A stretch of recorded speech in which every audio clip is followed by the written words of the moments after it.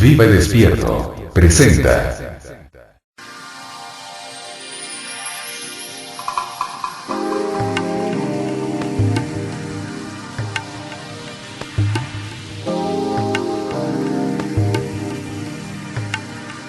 La alquimia suprema. Volumen 2. Segundo discurso. 2 de julio de 1972. Preguntas y respuestas. ¿Cuál es el significado más profundo del fruto prohibido del árbol del conocimiento? ¿Cuál es la relación entre el centramiento y el vacío interior? ¿Cuál es tu punto de vista sobre esto?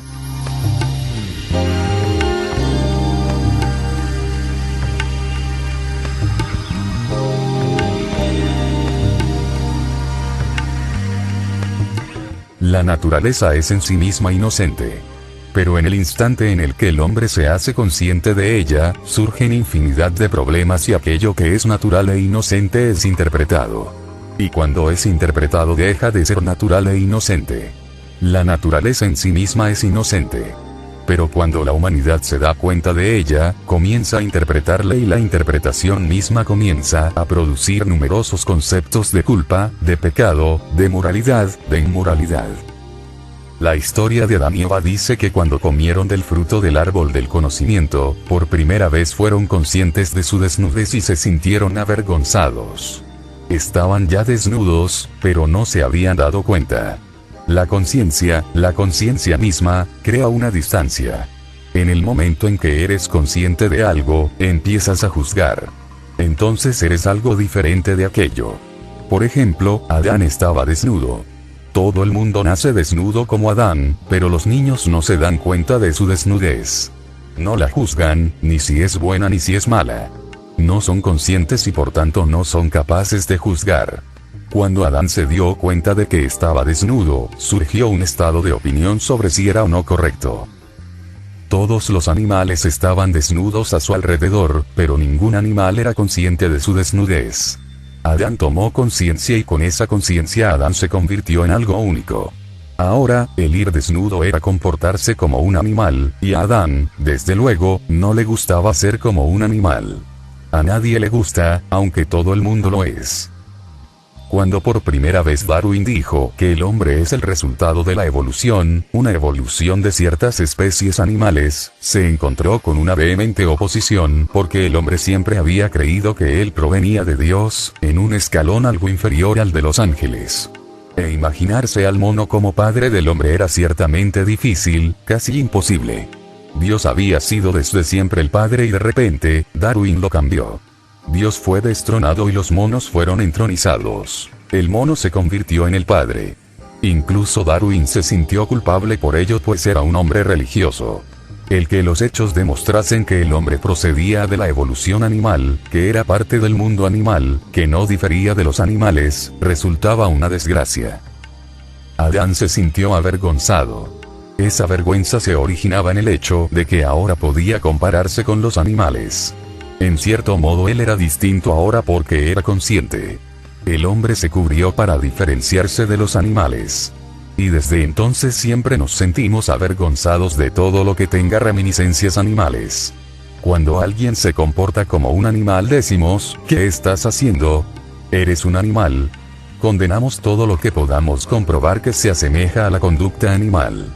Condenamos al sexo porque tiene reminiscencias del animal.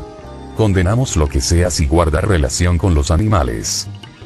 Con la conciencia llegó la condena de lo animal. Y esta condenación ha originado toda la represión, porque el hombre es un animal. Puede trascender ese estado, pero esto es otro tema. Pero pertenece al mundo animal. Puede trascenderlo, pero procede de los animales. Es un animal. Puede que un día deje de serlo, que lo trascienda, pero no puede negar la herencia animal. Está ahí. Y una vez que esta idea se introdujo en la mente del hombre, la idea de que somos distintos de los animales, el hombre comenzó a reprimir en él todo aquello que fuese parte de la herencia animal. Esta represión ha creado una bifurcación, de modo que todo hombre es doble, se divide en dos. Como lo básico, lo real, queda lo animal y lo intelectual, la mente, sigue pensando en lo divino en términos de cosas falaces que son abstractas. Por eso únicamente identificas como tuya una parte de tu mente, siendo negada la totalidad. Incluso dividimos el cuerpo. La parte inferior del cuerpo es condenada. No es solamente inferior en términos fisiológicos, es inferior en términos de valores. La parte superior del cuerpo no es solamente superior, es más elevada. Te sientes culpable de tu parte inferior del cuerpo. Y si alguien dice, ¿dónde te sitúas? Señalas a tu cabeza. Este es el sitio, el cerebro, la cabeza, el intelecto. Nos identificamos con el intelecto, no con el cuerpo. Y si nos presionan aún más, nos identificamos con la parte superior del cuerpo, nunca con la inferior. Lo bajo siempre es condenable. ¿Por qué? El cuerpo es uno. No puedes dividirlo. No existe la división. La cabeza y los pies son uno y tu cerebro y tus órganos sexuales son uno. Funcionan como una unidad. Pero al negar el sexo, al condenar el sexo, condenamos toda la parte inferior del cuerpo. El pecado descendió sobre Adán porque por primera vez pudo sentirse distinto de los demás animales. Y el sexo es la cosa más animal. Empleo la palabra animal en un modo puramente objetivo, sin ningún tinte condenatorio. Lo más animal ha de ser el sexo porque el sexo es la vida, el origen y la fuente de la vida. Adán y Eva se hicieron conscientes del sexo. Trataron de ocultarlo, no solo exteriormente, trataron de ocultar el hecho mismo en su conciencia interior. Eso creó la división entre la mente consciente y la inconsciente. La mente es única como el cuerpo es uno. Pero si condenas algo, ese algo pasa a formar parte del inconsciente. Lo condenas en tal grado que tú mismo te asustas de reconocerlo, de que existe en algún lugar en tu interior. Creas una barrera, creas una pared. Y lanzas detrás de la pared todo lo que es condenado por ti y así luego puedes olvidarlo. Queda ahí, sigue operando desde allí, permanece como tu amo, pero tú puedes seguir engañándote a ti mismo diciendo que ya no existe.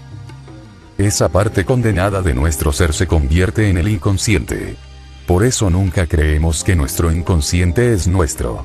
Sueñas por la noche. Sueñas un sueño de elevado contenido sexual o un sueño violento en el que asesinas a alguien, en el que matas a tu esposa.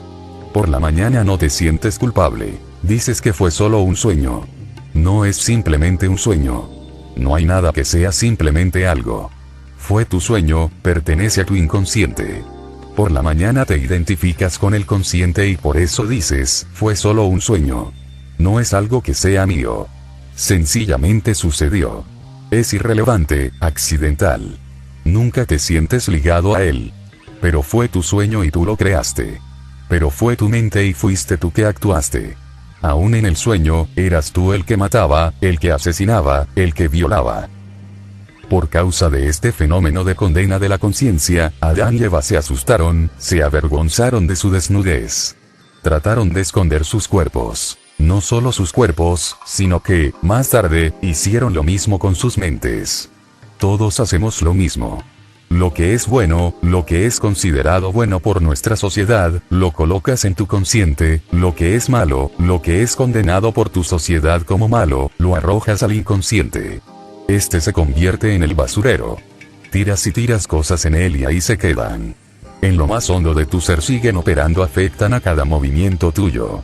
Tu mente consciente es sencillamente impotente ante tu inconsciente, porque tu mente consciente es solamente un subproducto de la sociedad y tu inconsciente es natural, biológico, tiene fuerza, energía. De modo que sigues pensando en las cosas buenas y sigues haciendo las malas. Se dice que San Agustín dijo, Dios mío, este es mi único problema. Todo lo que creo que vale la pena hacer, nunca lo hago, y todo lo que sé que no hay que hacer, siempre lo hago. No es este un problema solamente de San Agustín, es el problema de todo el que está dividido en consciente e inconsciente. Con el sentimiento de vergüenza Adán fue dividido en dos. Se avergonzó de sí mismo. Y esa parte de él de la que se sintió avergonzado fue separada de cuajo de su mente consciente. Desde entonces el hombre ha vivido una vida fragmentada, bifurcada. ¿Y por qué se avergonzó? No había nadie, ni un predicador, ni una iglesia religiosa, para decirle que se avergonzara. En el momento en que te haces consciente, surge el ego. Te vuelves un observador. Sin conciencia eres simplemente una parte de una vida mayor. No eres algo diferente ni separado. Si una ola del océano se volviera consciente, en ese mismo instante la ola crearía un ego distinto del propio océano. Si la ola se pudiera volver consciente y pensar, yo soy, dejaría de poder pensar en ella misma como una unidad con el océano, como una unidad con las demás olas. Se convertiría en algo diferente, separado. El ego es así creado. El conocimiento crea el ego. Los niños carecen de egos porque carecen de conocimiento. Son ignorantes y el ego no puede surgir de la ignorancia. Cuanto más creces hacia el ego. Los viejos tienen egos muy fortalecidos, profundamente arraigados. Es natural. Sus egos han existido durante 70 u 80 años. Poseen una larga historia. Si retrocedes en tu memoria y tratas de recordar tu infancia, te sorprenderás al ver que eres incapaz de recordar. No puedes ir más allá de tu tercer o cuarto año. Por lo general recuerdas los hechos que corresponden al cuarto o quinto año de vida, al tercero como máximo, pero los 3 primeros años están vacíos. Existieron y sucedieron muchas cosas, pero ¿por qué no las recordamos? Se debe a que el ego no estaba presente. Por eso es difícil el recordar. En cierto modo, no existías, así que ¿cómo vas a recordar? Si hubieras estado allí, recordarías. Pero no estabas. No eras capaz de recordar. La memoria existe solamente después de que el ego hiciera acto de presencia, porque la memoria necesita de un centro al que referirse. Si no estabas allí, ¿en qué se apoyará la memoria? 3 años es mucho tiempo y para un niño cada momento es un acontecimiento. Todo adquiere un carácter extraordinario, nada es ordinario. En realidad debería poder recordar más cosas. Debería poder recordar los primeros años, los primeros días de vida porque en aquellos días todo era especial, significativo. Todo lo que sucedía era algo nuevo. Pero no existen recuerdos de aquello. ¿Por qué? Porque el ego no estaba allí. La memoria requiere un ego en el que apoyarse. En el instante en que el niño comienza a percibirse como una entidad separada de los demás, empieza a sentirse avergonzado. Empezará a sentir la misma vergüenza que sintió Adán. Adán se descubrió a sí mismo desnudo, desnudo como los animales, desnudo como todos los demás seres. Tú has de ser distinto y especial, no como los demás, solamente entonces eres capaz de desarrollar el ego. El primer acto fue ocultar su desnudez. De pronto, Adán se volvió diferente. Dejó de ser un animal. El hombre nace como Adán y con la vergüenza de Adán. Con el sentimiento de vergüenza de Adán, nace el hombre. Un niño no es un hombre. Se convierte en un hombre únicamente cuando empieza a percibirse como algo separado, distinto de los demás. Cuando se convierte en un ego. Por esto, en realidad, no es la religión la que te da el sentimiento de culpa, es tu ego. La religión explota este hecho. Esto es otro asunto. Cada padre lo explota. Esto, también es otro asunto. Todo padre le dice a su hijo, ¿qué es lo que haces comportándote como un animal? Deja de reír, deja de llorar, deja de hacer esto, no hagas eso otro, no hagas esto delante de los demás. ¿Qué es lo que estás haciendo? Te estás comportando como un animal. Y si el niño se cree que es un animal, su ego se siente herido. Para satisfacer su ego, se comporta, se somete. Ser un animal es algo muy dichoso porque entonces existe la libertad, una entera libertad para moverse, para hacer. Pero es algo doloroso para el ego y así pues, uno ha de elegir. Si eliges la libertad, te comportarás como los animales. Serás condenado. Tanto en este como en el otro mundo, serás condenado, serás lanzado al infierno por la sociedad. Por eso debes ser un hombre, no debes ser como un animal. Así se alimenta al ego.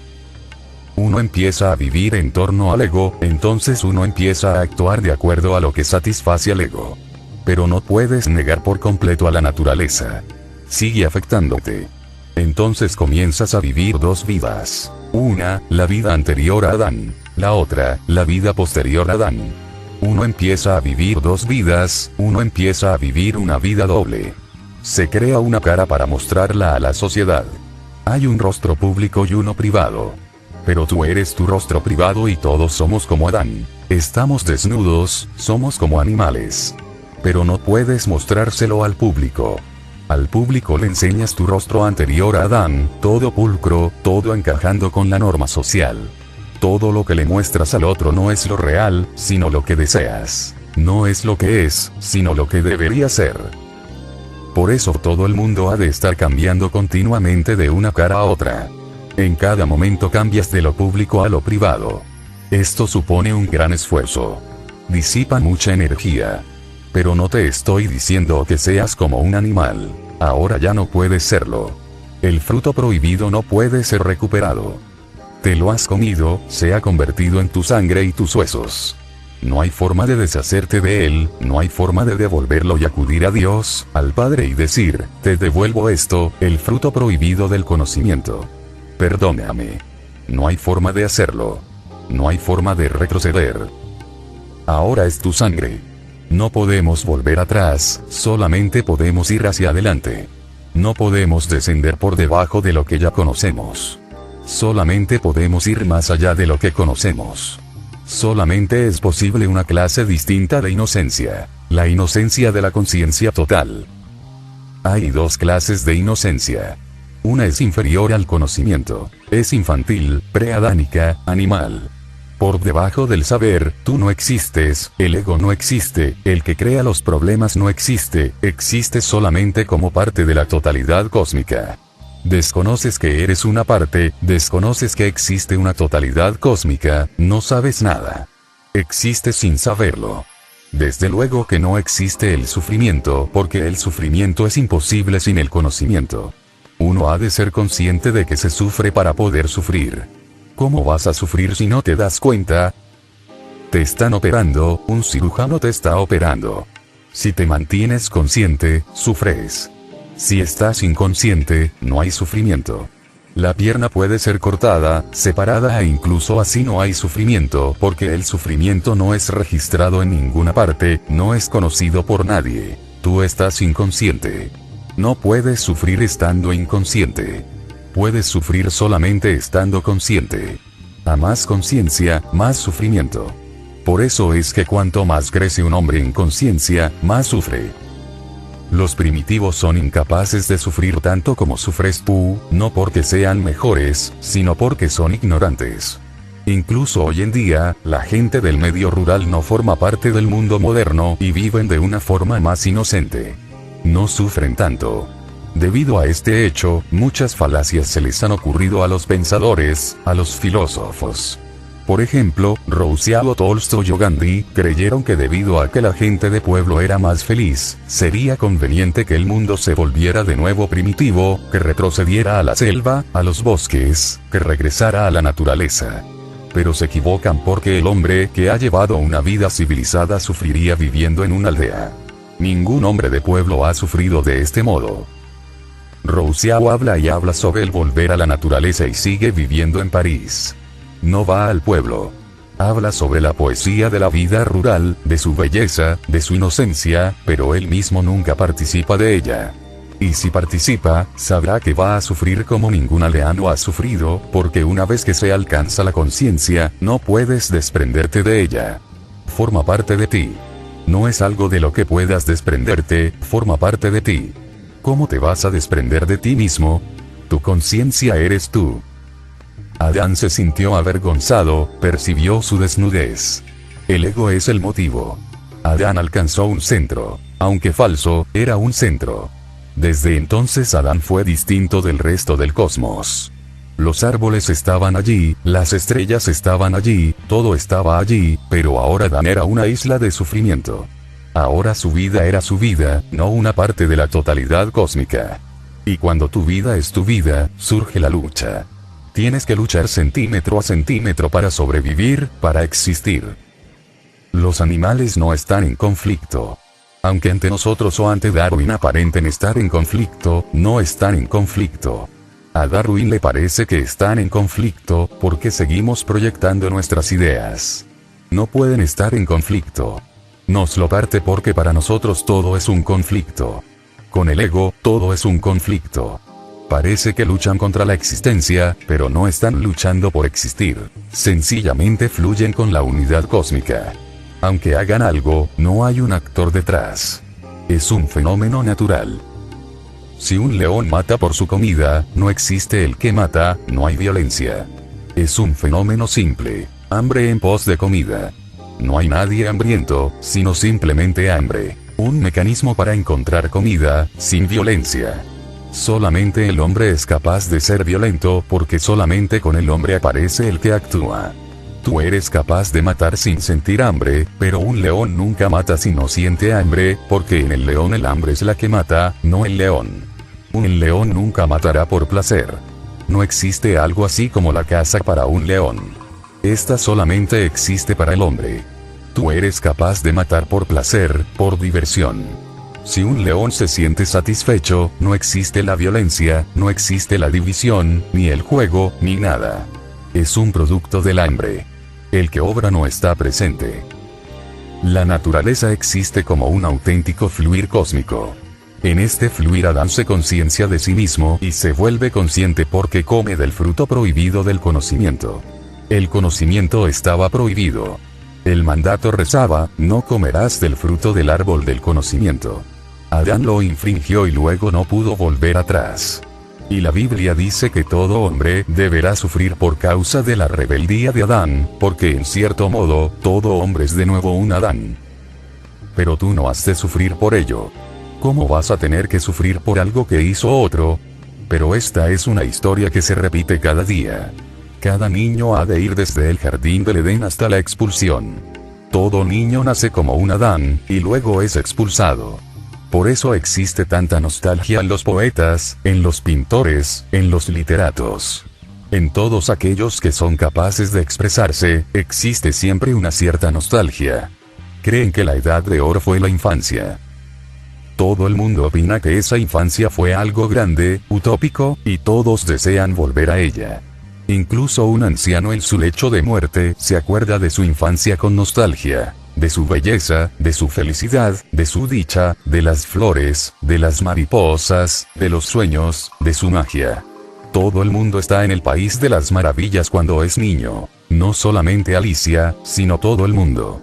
Y este recuerdo persiste. Porque es la infancia algo tan hermoso, tan dichoso. Porque eras todavía una parte del flujo cósmico, sin responsabilidades, con absoluta libertad, sin conciencia, sin cargas. Existías, no como si tuvieras alguna misión que cumplir, sino que más bien, estabas simplemente ahí. Y luego apareció el ego y llegó el conflicto y la lucha. Entonces todo se convirtió en una responsabilidad, y cada instante fue una esclavitud sin libertad. Los psicólogos dicen que la religión es solamente un reflejo de esta nostalgia, del deseo de volver a la infancia. E incluso van más allá. Afirman que en último término todos ansiamos estar en el vientre de la madre porque cuando estabas en su vientre eras verdaderamente una parte del cosmos. El cosmos te estaba alimentando. No necesitabas por tu parte ni siquiera respirar. La madre respiraba por ti. No eras consciente de la madre. No eras consciente de ti mismo. Estabas allí sin conciencia. El vientre es el jardín del Edén. Así, todo hombre nace como un Adán y todo hombre ha de comer del fruto prohibido del conocimiento, porque al crecer, creces en conocimiento. Eso es algo inevitable. Por eso no es que Adán se rebelase. El rebelarse es parte del proceso del crecimiento. No podía hacer otra cosa. Tuvo que comer del fruto. Cada niño ha de rebelarse, ha de comer del fruto. Cada niño ha de rebelarse, ha de desobedecer. La vida lo exige. Ha de alejarse de la madre, del padre. Suspirará por ello. Una y otra vez lo deseará y soñará, pero aún así se irá alejando. Es un proceso inevitable. Se pregunta, ¿cuál es el significado real que oculta este sentimiento? Este es el significado. El conocimiento te proporciona el ego. El ego te da el poder de comparar, de enjuiciar, te da la individualidad. No eres capaz de pensar en ti mismo como en un animal. El hombre ha hecho todo lo posible para esconder el hecho de que él es un animal. ha hecho todo lo posible. Cada día nos esforzamos por ocultar que somos animales. Pero somos animales. Y ocultando el hecho, la evidencia no es destruida, más bien se convierte en una realidad pervertida. Por eso siempre que esa oculta perversión emerge, el hombre demuestra ser más animal que los propios animales. Si eres violento, no hay animal que pueda competir contigo. ¿Cómo va a poder competir? Ningún animal sabe nada de Hiroshimas, de Vietnams. Solamente el hombre es capaz de crear un Hiroshima. No hay comparación posible. Todos los animales, en cualquier época, no han hecho más que nimiedades en comparación con Hiroshima. Su violencia es algo nimio. Esta es una violencia acumulada, escondida, acumulada. Seguimos ocultando y luego acumulando violencia. Y cuanta más acumulamos, más avergonzados nos sentimos porque sabemos qué es lo que ocultamos dentro. No podemos escaparnos de ello. Un psicólogo estuvo experimentando con ciertos hechos ocultos que, lo intentes como lo intentes, eres incapaz de esconder. Por ejemplo, si alguien dice que no le atraen las mujeres, puede sentirse prácticamente no atraído y es capaz de convencer a los demás y a sí mismo de que no siente atracción. Pero Adán ha de ser atraído por Eva y Eva ha de ser atraída por Adán. Es parte de la naturaleza humana, a menos que la trasciendas, a menos que te conviertas en un Buda. Pero un Buda nunca dirá, no me siento atraído por las mujeres, porque para poder decir esto has de estar pensando en términos de atracción y repulsión. No dirá, me repelen las mujeres, porque nadie puede ser repelido por algo a menos que sea también atraído. Si le preguntas te dirá sencillamente, hombres y mujeres se han convertido en algo irrelevante para mí. No soy ni lo uno ni lo otro. Si fuera un hombre, habría una mujer oculta en alguna parte. Si fuera una mujer, habría un hombre oculto en alguna parte. Con todo, este psicólogo estuvo experimentando recientemente con un hombre que afirmaba, no me siento atraído por las mujeres. Y no lo estaba, por lo que concierne a las evidencias externas. Nunca había sido visto siendo atraído por ninguna. Entonces ese psicólogo le enseñó algunas fotos, 10 fotos de temas diversos. Había solamente una foto de una mujer desnuda. El psicólogo no sabía cuál era la foto que el otro estaba viendo en un momento dado. Solamente observaba sus ojos. La cara posterior de la foto era la que observaba el psicólogo. Enseñaba una de las fotos al hombre y simplemente observaba sus ojos.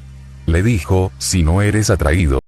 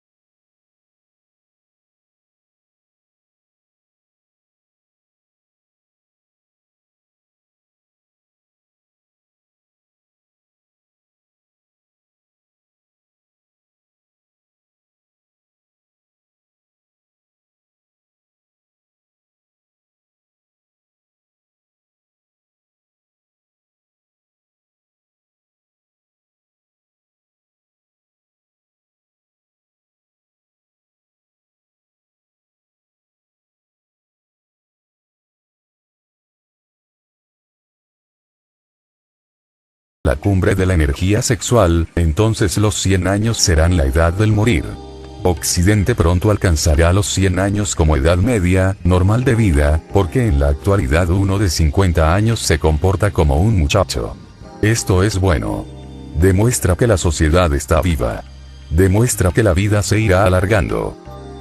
Si un hombre de 100 años se pudiera comportar como un playboy, la duración de la vida se alargaría hasta los 200 años, porque el sexo es la energía fundamental. Debido al sexo eres joven y debido al sexo envejeces. Debido al sexo naces y debido al sexo mueres. Y no solo esto, Buda, Mahavira y Krishna afirman que por causa del deseo sexual nacerás otra vez. No es solamente que tu cuerpo actual funcione gracias al sexo, sino que todos tus cuerpos sucesivos son alimentados por el sexo. Desde luego cuando Adán se hizo consciente por primera vez, se hizo consciente del sexo. Este es el hecho fundamental básico. Pero esto fue mal interpretado por la cristiandad y así surgió todo el galimatías consiguiente.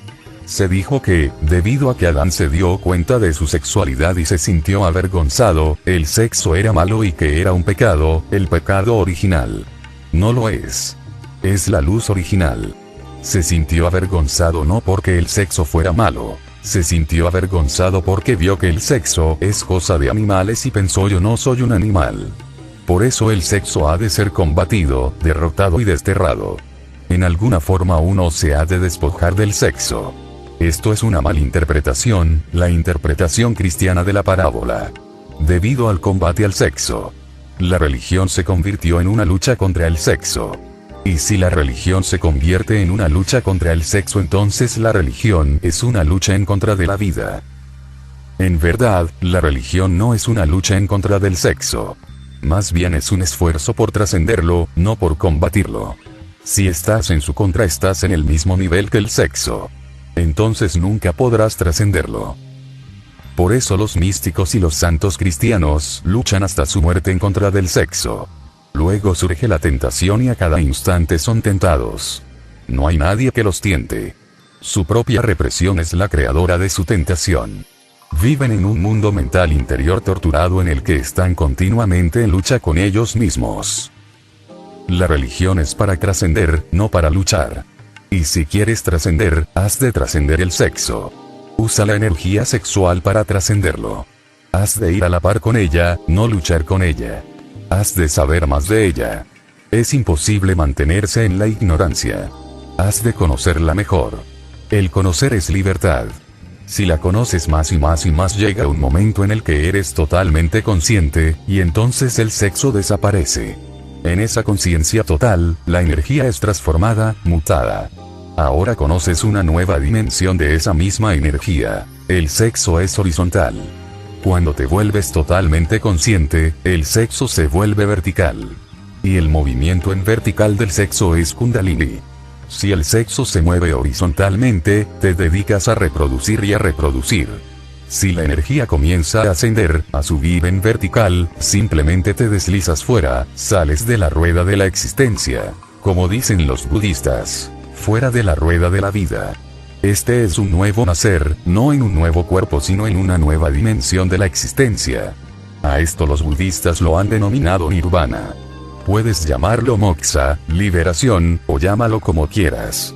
Los nombres no tienen mucha importancia. Hay pues dos formas. Adán se volvió consciente de su sexualidad y luego pudo reprimirla, pudo moverse horizontalmente, luchando con ella en una angustia incesante, sabiendo siempre del animal que aguarda dentro y simulando siempre que no está allí.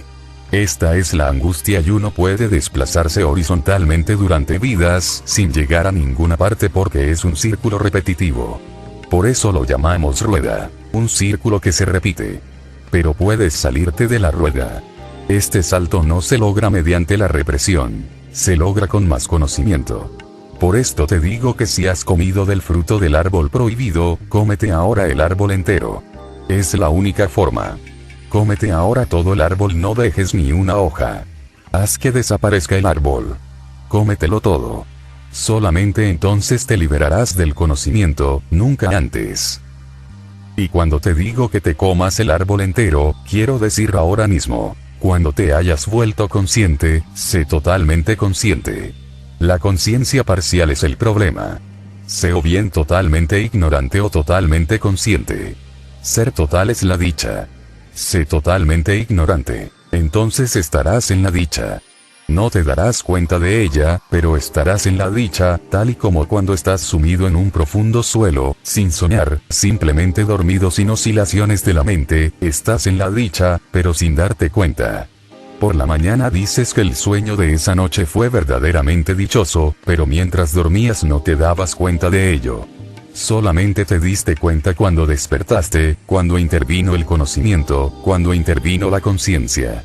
Entonces puedes decir que la noche fue muy dichosa. Sé o bien totalmente ignorante, cosa que es imposible, o bien totalmente consciente, cosa que sí es posible. Con la condición de ser total llega la dicha. La totalidad es la dicha. Cómete pues el árbol, con raíces y todo, y sé consciente. Esto es lo que quiere decir con uno que ha despertado, un Buda, un iluminado. Se ha comido todo el árbol. No queda nada de lo que ser consciente, sino que existe simplemente la conciencia. Esta simple conciencia es un volver a entrar en el Edén. No puedes hallar de nuevo el antiguo camino, se ha perdido para siempre. Pero puedes descubrir un nuevo camino, puedes entrar de nuevo. Y realmente, fuera lo que el diablo le prometió a Adán, será cumplido. Serás como los dioses. Tenía razón en cierta forma. Si comes del fruto del conocimiento serás como los dioses.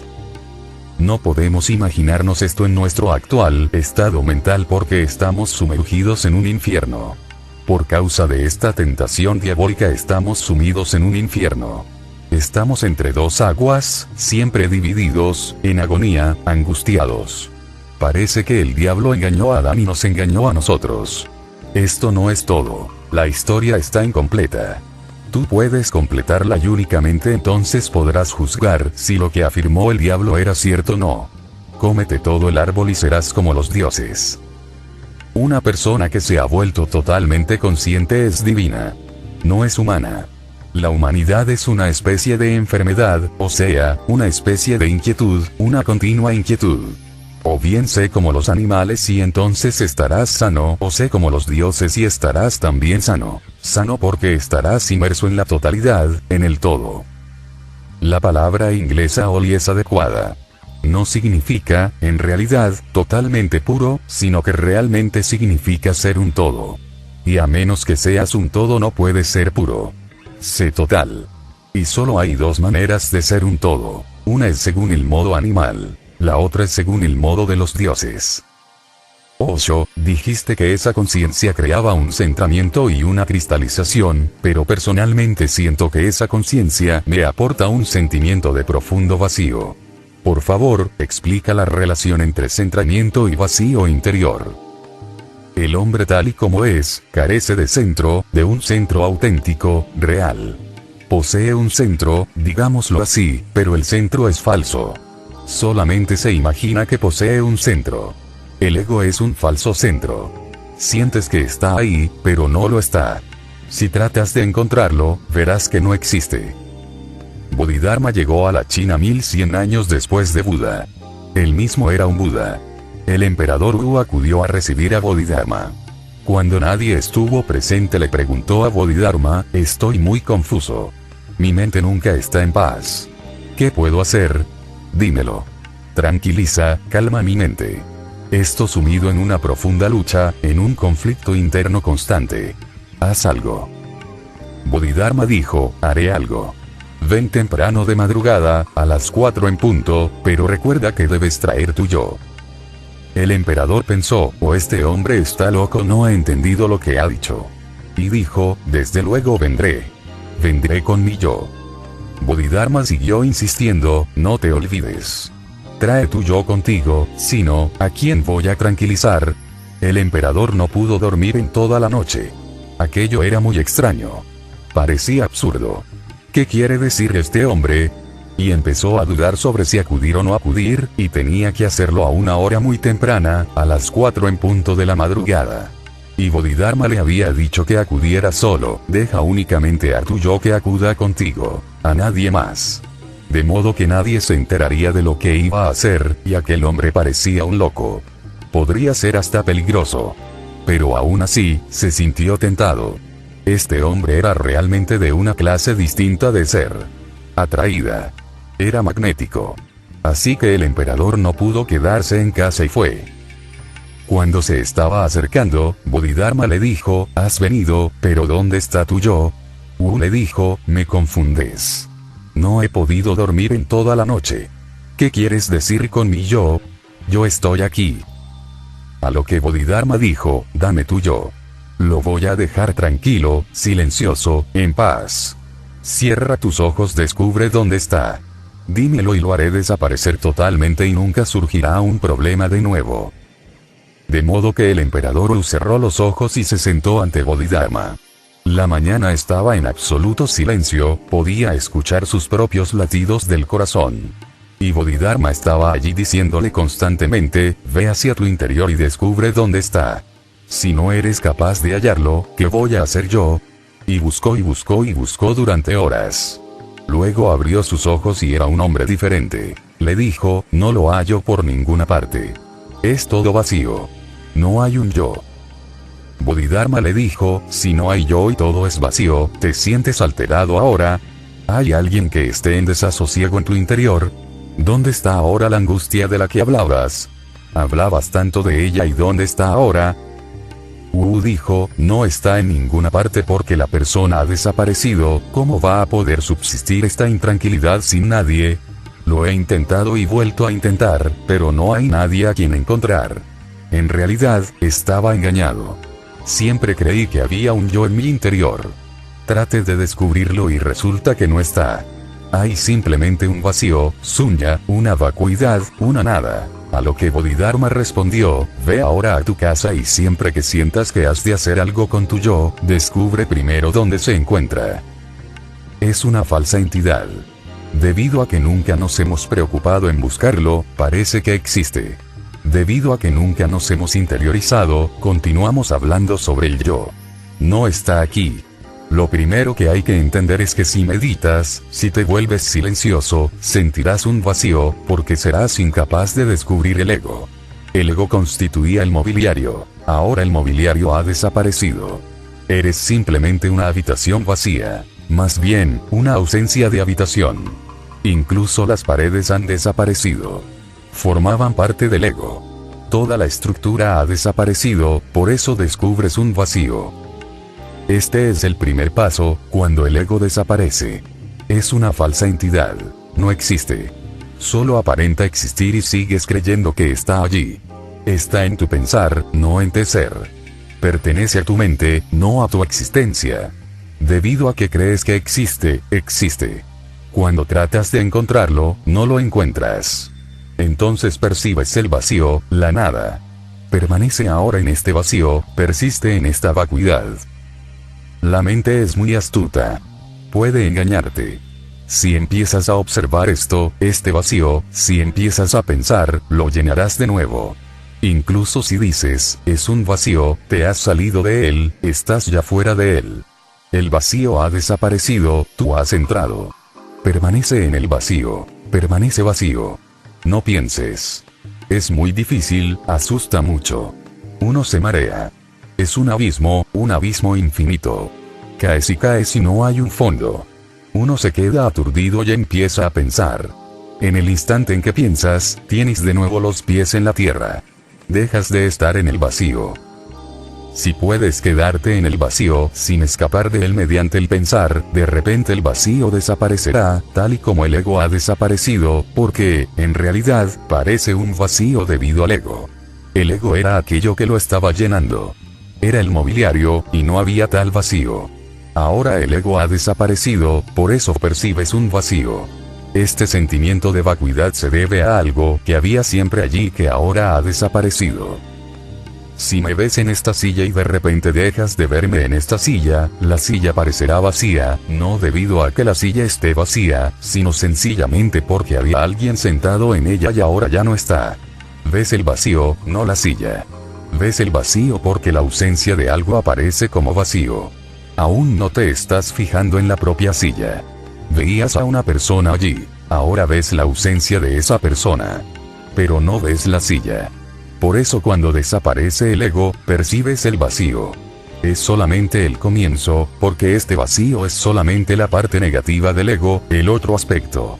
Este vacío ha de desaparecer también. Se dice que Rinzai, un maestro zen, que cuando estaba aprendiendo con su maestro, el maestro insistía siempre en que tenía que alcanzar el vacío, la nada, el sunya. Un día se presentó, lo había alcanzado. Fue un esfuerzo prolongado. Disolver el ego es un tremendo esfuerzo. Había sido un largo viaje, difícil, a veces casi imposible, pero lo había logrado. Así que se presentó, riendo, bailando, feliz en éxtasis. Se postró a los pies del maestro, le dijo, lo he logrado. Ahora el vacío está ahí. El maestro le miró de forma poco compasiva y le dijo, ahora despréndete también de este vacío. No lo traigas aquí. Tira ese vacío. Despréndete de esa nada, porque si posees la nada, de nuevo algo tienes. Incluso un vacío es algo. Si puedes percibirlo, es algo. Si puedes sentirlo, es algo. Si puedes observarlo, es algo. Si está en tus manos, incluso la nada se convierte en algo. El maestro dijo, despréndete de este vacío. Acude a mí solamente cuando no exista ese vacío. Rinzai lloró. Porque él no se daba cuenta de ello. Un vacío es un logro, es algo. Si alcanzas la nada se convierte en una cosa. Cuando profundizas en el vacío, sin pensar, sin vibración alguna de la mente, si permaneces en esto, de repente el vacío simplemente desaparece y se conoce al yo. Entonces estás centrado. Entonces has llegado al verdadero centro. Hay un falso centro, luego la ausencia del falso centro y luego el verdadero centro. Concentramiento quiero decir la base, la auténtica base del ser. No es tu centro, porque tú eres el falso centro. De modo que no es tu centro. Es el centro, sencillamente el centro del ser. La existencia misma está centrada en él. Tú eres el falso centro, tú desaparecerás. Pero incluso si en tu desaparición, te sientes colmado con el vacío, el ego habrá vuelto de una forma harto sutil. De manera sutil. Habrá regresado. Dirá, he alcanzado este vacío. De modo que aún estará ahí.